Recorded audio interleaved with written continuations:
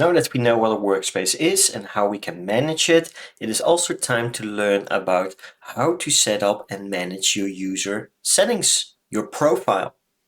You can easily do this by going to the top right corner and press the drop-down menu. From here, you will be able to go to your settings. And from the settings, you will have your initial tab, the profile tab, where you can update your photo to anything you like to. You can also update your name, and you will be able to set your time zone and your time format.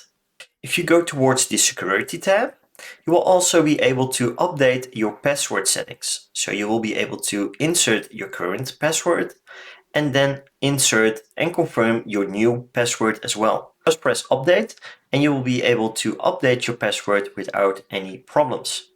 You can also enable two-factor authentication if you like to. In order to use this two-factor authentication, you must install the Google Authenticator or Authy application on your smartphone.